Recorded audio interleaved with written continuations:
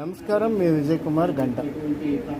రాష్ట్రంలో ఎన్నికల ఫలితాలు చూస్తున్నప్పుడు ప్రజాభిప్రాయాలు చాలా స్పష్టంగా ఉంటాయి.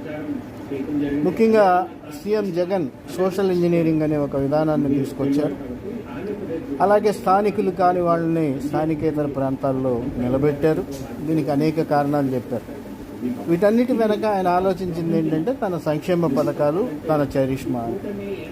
ప్రజామోదం లేనప్పుడు ఏ చరిష్మాలు పనిచేయవు. ముఖ్యంగా ప్రజలు కోరుకునే నాయకుడి విషయంలో ఆలోచించాల్సిన అవసరం ఉంది. తర్వాత సోషల్ ఇంజనీరింగ్ చేశారు, మంచిదే.